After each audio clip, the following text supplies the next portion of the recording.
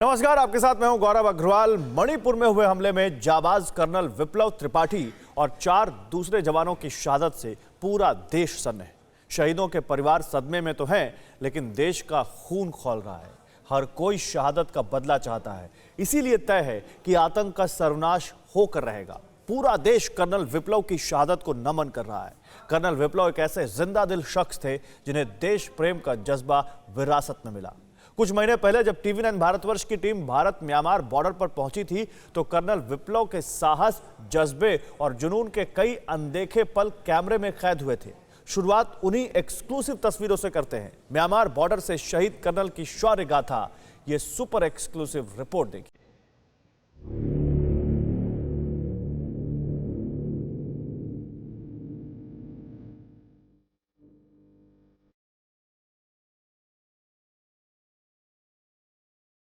उसमें दौड़ने की और फिजिकल ट्रेनिंग चल रही है। इसको हर दिन आने की कोशिश करना है। आप लोग बीच में से गैप करेंगे तो आप लोगों को नुकसान होगा। दिल में देश, हथेली पर जान, जब कर्नल विप्लव जिंदा थे। Going hand in hand with the NGOs, we have interacted with the CYM rep over here. So they also give their support to us, and we also give the support, so that truly we are being known as the friends of the hit people, and will live by that name and fame. विरासत में मिली देशभक्ति, आतंक पर भारी विप्लव शक्ति। जब chin-up लेगा, जब चिनअप का टेस्ट होगा ना, तो इसमें प्रॉब्लम नहीं होगा तुमको। ठीक है, अगर झुकोगे अभी से तो चिनअप में दिक्कत आएगी। ठीक है, और बहुत इंपॉर्टेंट टेस्ट है। ठीक है, आपका थोड़ा वेट कम करना है। ठीक है, थोड़ा सा वेट कम करना है, नहीं तो वेट में आउट हो जाएगा। ठीक है ना। वो शहीद जिसकी वीरता की गवाही पीढ़ियां देंगी।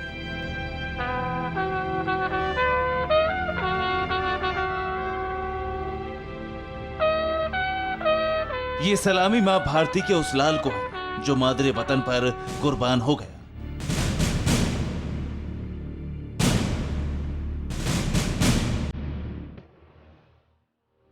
इस ताबूत में उस शहीद का पार्थिव शरीर है जिसकी शौर्य गाथा इतिहास के पन्नों में अमिट अक्षरों में दर्ज हो चुकी है, जो देश के लिए जिए, देश के लिए कर्तव्य पथ पर शहीद हो गए।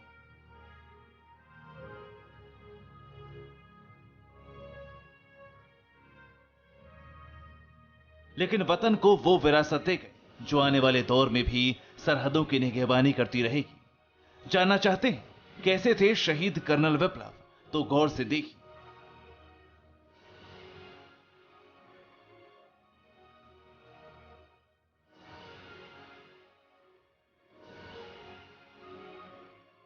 शहीद कर्नल विप्लव में देशभक्ति का जज्बा कूट कूट कर भरा था, जो बॉर्डर पर तैनात रहने वाले हजारों जवानों के लिए प्रेरणा थे। ठीक है, अगर झुकोगे अभी से तो चिनअप में दिक्कत आएगी। ठीक है, और बहुत इंपॉर्टेंट टेस्ट है। ठीक है, आपका थोड़ा वेट कम करना है। ये तस्वीरें करीब 6 महीने पहले की हैं, जब टीवी9 भारतवर्ष की टीम म्यांमार बॉर्डर पर पहुंची थी।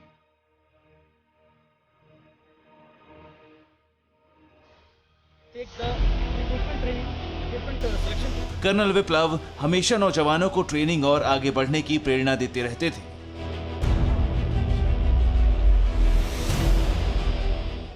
कर्नल विप्लव त्रिपाठी की रेजिमेंट यानी 46 असम राइफल्स को इसी साल यानी करीबन मई महीने में मणिपुर भेजा गया था। उसका मेन फोकस था ना सिर्फ नार्को टेररिज्म को और ज्यादा सजग तरीके से हैंडल करना, बल्कि यह भी देखना कि यहाँ के यूथ को मेन स्ट्रीम से जोड़ा जा सके। मिजोरम में रहते हुए कर्नल ने ऐसे बच्चों को, ऐसे खिलाड़ियों को, युवा खिलाड़ियों को इंडियन आर्मी से, एनसीसी से जोड़ा जो लंबे समय से भटक रहे थे या फिर उनको कोई राह दिखाने वाला नहीं था। एक आर्मी ऑफिसर के तौर पर वो ना सिर्फ इंडियन आर्मी के लिए एक बेहतरीन काम कर रहे थे काउंटर इंसर्जेंसी के लिए, बल्कि दूसरी तरफ नॉर्थ ईस्ट के ऐसे कई रीजन्स के अंदर वो लगातार ऐसे बच्चों को प्रोत्साहित भी कर रहे थे। असम राइफल्स में लेफ्टिनेंट कमांडेंट रहे शहीद कर्नल विप्लव को डिफेंस स्टडी में एमसीसी करने के बाद प्रमोशन मिला था। अपनी तैनाती के दौरान वो नॉर्थ ईस्ट के अलग अलग इलाकों में तैनात रहे। मणिपुर से पहले कर्नल विप्लव मिजोरम में तैनात रहे। कर्नल विप्लव त्रिपाठी की नौकरी को करीबन 15 से 18 साल भारतीय सेना में हो चुके थे। 2 कुमाऊं रेजिमेंट के अंदर वो तैनात थे, उनकी रेजिमेंट थी, लेकिन लंबे समय से वो असम राइफल्स में तैनात थे। कर्नल विप्लव की मेन फोकस या उनका मेन फोकस था वो इलाकों के, नॉर्थ ईस्ट के वो इलाके जो लंबे समय से नार्को टेररिज्म के हब बन चुके थे। ये वजह है कि वो मणिपुर से ज्यादा मिजोरम और ऐसे कई नॉर्थ ईस्ट के स्टेट्स में डिप्लॉय भी हो चुके थे। कर्नल विप्लव त्रिपाठी को जानने वाले उनके दिल को छू लेने वाली मुस्कान को याद करते हैं। वो हमेशा प्रसन्नचित्त रहने वाले एक बेहतरीन इंसान थे। उनसे मिलने वाला उनके करिश्माई व्यक्तित्व से प्रभावित हुए बिना नहीं रह सकता था। अपने व्यवहार के कारण ही वो लोगों के बीच भी लोकप्रिय थे। यहां तक कि मिजोरम और मणिपुर के लोगों से भी उनका विशेष लगाव था। जोश मशीन। कर्नल त्रिपाठी को उनके साथ के सभी ऑफिसर्स इसी नाम से बुलाते थे। दरअसल कर्नल त्रिपाठी की सबसे खास बात यह थी कि सबसे बड़ी या बड़ी से बड़ी चुनौती आ जाए वो उसको हंसते हुए निकाल दिया करते थे। उनका शांत स्वभाव और स्ट्रेस ना लेने की आदत उनको एक बेहतरीन ऑफिसर बनाती थी। कई बार बातों में हंसते हंसते बड़े काम कर जाते थे। कर्नल त्रिपाठी को इसी तरीके से उनके साथ के लोग जाना करते थे। खास बात यह है कि वो जिंदगी को बड़े तौर पर जीने की बात कहा करते थे। जब मेरी भी उनसे मुलाकात हुई तब भी उन्होंने कुछ इसी तरीके की बातें कही, या फिर आप कह सकते हैं कि मुझे भी कुछ इसी तरीके के चीजें सिखाने की कोशिश की। जिसने जिंदगी के महज 40 वसंत देखे, जिसके रग रग में था भारत माता के लिए अथाह प्रेम, जिसके दिल में था देश प्रेम का वो ज्वार, जिसके आगे इस वीर सपूत ने किसी खतरे की भी परवाह नहीं की।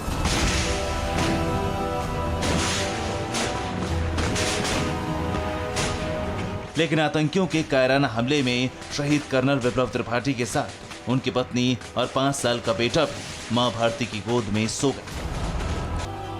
मणिपुर हमले की जिम्मेदारी पीएलए ने ली है, जिसका पूरा नाम पीपल्स लिबरेशन आर्मी मणिपुर है, जो चीन की मदद से भारत को तोड़ने के सपने देख रहा है। खुफिया सूत्रों का कहना है कि पीएलए मणिपुर के आतंकी चीन के शहर पर मणिपुर में हमले को अंजाम दे रहे हैं। पीएलए के आतंकियों को चीन की फौज से ट्रेनिंग और हथियार मिलते हैं। पड़ोसी देशों बांग्लादेश, म्यांमार में इस संगठन की ट्रेनिंग कैंप है।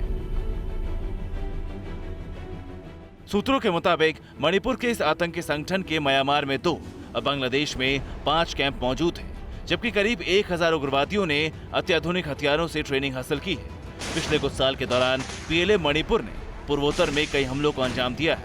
मणिपुर में हुआ हमला 4 जून 2018 के बाद से सुरक्षा बलों पर पहला बड़ा हमला है। इसीलिए आपको म्यांमार की उसी सरहद पर लिए चलते हैं जहां से कायरों की टोलियां चूहों की तरह घुसपैठ करती हैं।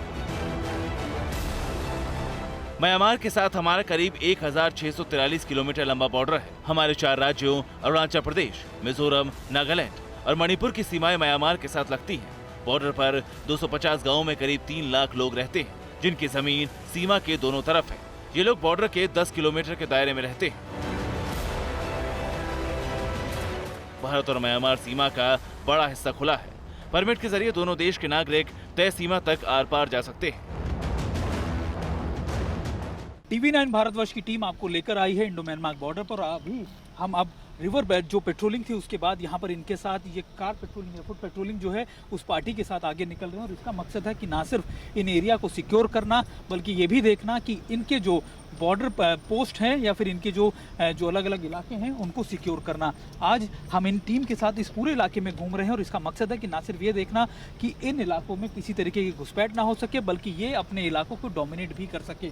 और इसी की एक बड़ी तस्दीक इन इलाकों में दिख रही है। अगर आप देखिए इस पूरे इलाके को, ये डेंसली फॉरेस्टेड एरिया है, यहाँ पर चल पाना है, गाड़ियों का मूवमेंट बहुत मुश्किल होता है। यही वजह है कि इन इलाकों में हर रोज इनको इसी तरीके के सर्वेलेंस करने पड़ते हैं या फिर पेट्रोलिंग करनी पड़ती है, ताकि कोई भी शख्स जो यहाँ पर इलीगली घुसपैठ ना कर सके, और इसको अगर करता है तो उसके खिलाफ कड़ी कार्रवाई की जा सके। म्यांमार बॉर्डर की तारबंदी ना होने के चलते ये एक तरह से खुला बॉर्डर है। इसके अलावा सरहद के इस पूरे इलाके में घनी झाड़ियां और नदी नाले हैं, जिनमें कोई भी आसानी से छिप सकता है। असम राइफल्स के जवान हमेशा बॉर्डर पर कड़ी निगरानी रखते हैं, लेकिन कई बार झाड़ियों के सहारे म्यांमार के कैंपों से आतंकी घुसपैठ में कामयाब हो जाते हैं। अपने बॉर्डर जो है काफ़ी लंबे है, 390 किलोमीटर के करीब है, जो लंबे पोरस बॉर्डर है, अनगार्डेड है। तो इसीलिए हम ये करेंगे कि उसको हम गृह मंत्री से बात करके अभी 1 साल पहले से फेंसिंग शुरू किया है। तो कम से कम 40 किलोमीटर का फेंसिंग अभी चालू है। तो अगर ये फेंसिंग ठीक से ख़त्म हो जाए तो ये this kind of terrorism act from the border side can be prevented. इसको हम संभाल सकेंगे। टीवीएन भारतवर्ष के साथ एक्सक्लूसिव बातचीत में मणिपुर के मुख्यमंत्री एन वीरेंद्र सिंह ने कहा कि मणिपुर में चुनाव से पहले माहौल खराब करने के लिए हमले को अंजाम दिया गया। आतंकियों को जल्द अंजाम तक पहुंचा दिया जाएगा। आतंकियों की तलाश में बड़ा सर्च ऑपरेशन चलाया जा रहा है। उग्रवादियों के खात्मे के लिए सुरक्षा बलों को पूरी छूट दी गई है। साफ है कि देश के जाबाजों की पीठ पर वार करने वाले कायरों का खात्मा होना ही है, लेकिन इसके साथ ही चीनी चंडालों को भी सबक सिखाना जरूरी है, क्योंकि जिस पीएलए ने हमले को अंजाम दिया है उसे माओ के मुल्क का पूरा सपोर्ट हासिल है। इसीलिए विस्तार से समझिए। मणिपुर के उग्रवादी संगठन पीएलए का गठन या फिर उसको बनाने के पीछे एन विश्वेश्वर का हाथ था। 2009 में जब सिक्योरिटी फोर्सेस ने सार्जेंट रॉनी को पकड़ा, तभी उन्होंने बात कबूली कि इसके पीछे खास तौर पर चीन की पीएलए न सिर्फ इस उग्रवादी संगठन को सपोर्ट करती है, बल्कि लगातार हथियार और दूसरे साजो सामान भी मुहैया कराती है। ये पहला मौका नहीं है जब उत्तर पूर्व में माओ के वारिसों की साजिश का खुलासा हुआ है। इसका सबूत पिछले साल सामने आ चुका है। भोंपू ग्लोबल टाइम्स ने कीदड़ भभकी दी थी। जिनपिंग के माउथपीस ग्लोबल टाइम्स ने ट्वीट पिछले साल 16 अक्टूबर को किया था, जिसमें सिक्किम को अलग करने की कीदड़ भभकी के साथ ही नॉर्थ ईस्ट के उग्रवादियों को खुला सपोर्ट करने की बात कही थी। ट्वीट में लिखा गया था कि जब भारत के बड़े सामाजिक संगठन ताइवान को लेकर सवाल करते हैं तो उन्हें पता होना चाहिए कि हम नॉर्थ ईस्ट इंडिया के अलगाववादी संगठनों का समर्थन और सिक्किम को अलग कर सकते हैं। ये हमारा भारत के खिलाफ पलटवार होगा। भारत के राष्ट्रवादियों को पहले खुद जागरूक होना चाहिए। उनका देश बहुत नाजुक है। सूत्रों के मुताबिक चीन म्यांमार में उग्रवादी गुटों को लगातार हथियार और फंडिंग करता रहा है, जिसका मकसद कहीं न कहीं पूर्वोत्तर में हिंसा की आग भड़काना है। चीन इस काम को म्यांमार के सबसे बड़े उग्रवादी संगठन अराकान आर्मी के जरिए अंजाम दे रहा है। इंटरनेशनल क्राइसिस ग्रुप के मुताबिक अरक्कन आर्मी एक अंतर्राष्ट्रीय उग्रवादी ग्रुप है जो लगातार न सिर्फ लोगों को हथियार चलाने का परीक्षण देता है, बल्कि प्लानिंग और एग्जीक्यूशन की ट्रेनिंग भी दी जाती है। कहा यह भी जाता है कि अरक्कन आर्मी को जो हथियार और साजो सामान मिलता है उसके पीछे सीधे तौर पर चीन है। चीन न सिर्फ इनको हथियार बल्कि पैसे की मदद भी करता है। कहा यह भी जा रहा है कि लगातार अरक्कन आर्मी ये सभी साजो सामान और हथियार नॉर्थ ईस्ट के अलग अलग राज्यों में पहुंचाता है। बड़ा सवाल ये कि आखिरकार चीन का इन सब के पीछे मकसद क्या है। कलादान एक मल्टी मॉडल ट्रांसपोर्ट प्रोजेक्ट है। मल्टी मॉडल का मतलब ये हुआ कि इस प्रोजेक्ट में समंदर नदियों से लेकर हाईवे तक शामिल है। इस प्रोजेक्ट की लागत करीब 3000 करोड़ रुपए से ज्यादा है। प्रोजेक्ट का मकसद पूर्वोत्तर के राज्यों तक पहुंचने के लिए वैकल्पिक रास्ता तैयार करना है।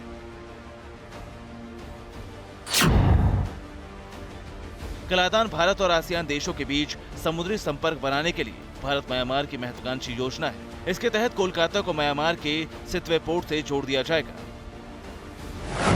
प्रोजेक्ट के तहत कोलकाता के हल्दिया बंदरगाह से म्यांमार के सितवे पोर्ट तक सी रूट होगा। ये दूरी करीब 539 किलोमीटर है। सितवे पोर्ट से करीब 158 किलोमीटर का रास्ता पलेटवा तक कलादान नदी के जरिए जाएगा। पलेटवा से मिजोरम में हमारी सरहद तक हाईवे बनाया जा रहा है। साफ है कि इस प्रोजेक्ट के पूरा होने के बाद पूर्वोत्तर के राज्यों तक पहुंच आसान हो जाएगी।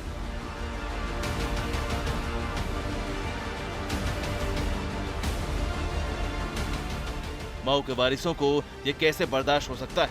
इसी की आड़ में चीन म्यांमार के विद्रोही गुट अराकान आर्मी को हथियारों की सप्लाई भी करता रहा है, जिसका मकसद कलादान प्रोजेक्ट में बाधा डालना है। भारत और म्यांमार के बॉर्डर पर सबसे बड़ी दिक्कत है मिलिटेंट्स की या फिर अरक्कन आर्मी की।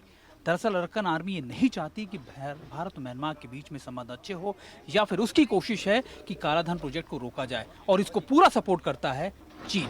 और आज हम जब इंडियन म्यांमार के बॉर्डर की आखिरी पोस्ट पर हैं, तो हमारा मकसद है आपको ये भी बताना कि आखिरकार अरक्कन आर्मी किस तरीके से न सिर्फ चीन से वेपन्स ले रही है, बल्कि उसका मकसद ये भी है कि वो किस तरीके से इस पूरे इलाके को डिस्टर्ब करे।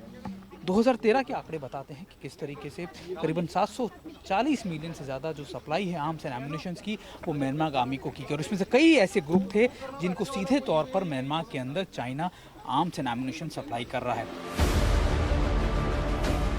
चीनी हथियारों के सप्लाई की वजह से अराकान आर्मी बहुत मजबूत हो रही है। 2019 के नवंबर महीने में अराकान आर्मी ने 5 भारतीयों को बंधक बना लिया था। बंधक बनाए गए भारतीय म्यांमार में कलादान प्रोजेक्ट में काम कर रहे थे। कि चीन म्यांमार पर भी अपने विस्तारवाद की छाप छोड़ना चाहता है और चीन की पूरी कोशिश है कि वो किसी तरीके से भी म्यांमार में अपने पैर पसार ले, चाहे वो म्यांमार सरकार को पैसा देकर, फंड देकर इन्फ्लुएंस करना हो या फिर वहां के मिलिटेंसी को बढ़ाना। चीन चाहता है कि भारत की तर्ज पर ही वो भी अपनी एक रेल लिंक या रेल लाइन म्यांमार के अलग अलग इलाकों तक जोड़ दे, ताकि उसके ना सिर्फ साजो सामान बल्कि उसके विस्तारवाद को एक नया रास्ता म्यांमार से होते हुए मिल जाए। हालांकि भारत का कालाधन प्रोजेक्ट चीन को बहुत ज्यादा चुभता है और यही वजह है कि चीन लगातार ना सिर्फ इसको डिस्टर्ब करने की कोशिश करता रहता है, बल्कि इसके लिए बहुत मोटे तौर पर पैसा भी म्यांमार में झोंकने का इच्छुक दिखता है। लेकिन इस बार चीन के दत्तक पुत्र पीएलए के कायरों ने बड़ी गलती कर दी। मणिपुर में जिस तरह से हमारे जवानों पर हमला किया गया, उससे साफ है कि माओ के वारिसों से लेकर चीन की साजिशों का करारा जवाब मिलेगा। अब इतनी बात तो पक्की हो गई है कि पहले जवाब देने में भी थोड़ा सा हम, लेकिन अब नहीं, चाहे जो कुछ भी हो जवाब देंगे। तो ये स्थिति हो गई और राष्ट्रीय सुरक्षा को लेकर हमारी नीति पूरी तरह से स्पष्ट है। भारत का इतिहास रहा है कि भारत ने न तो दुनिया के किसी देश पर कभी आक्रमण किया है, न दुनिया के किसी देश की 1 इंच जमीन पर भी उसने कभी कब्जा किया। तो भारत का क्षेत्र है और जो चरित्रवान होता है वह ज्यादा साहसी भी होता है, जो चरित्रहीन होता है वह साहसी नहीं हो सकता है। अब जिसको जिस रूप में लेना हो ले।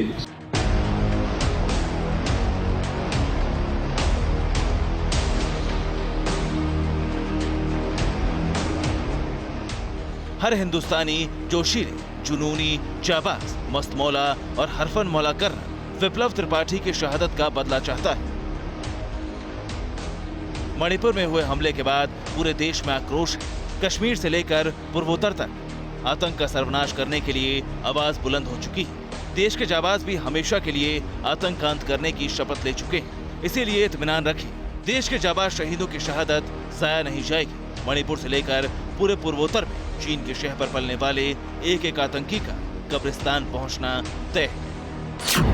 Bureau report, TV Bharatvarsh. परवाह देश की, सोमवार से शुक्रवार रात 10 बजे TV9 भारतवर्ष पर।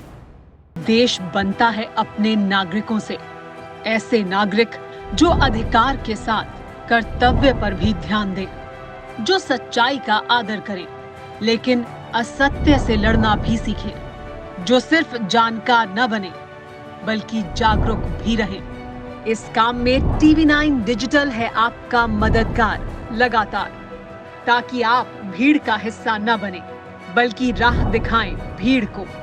देखते रहिए TV9 डिजिटल।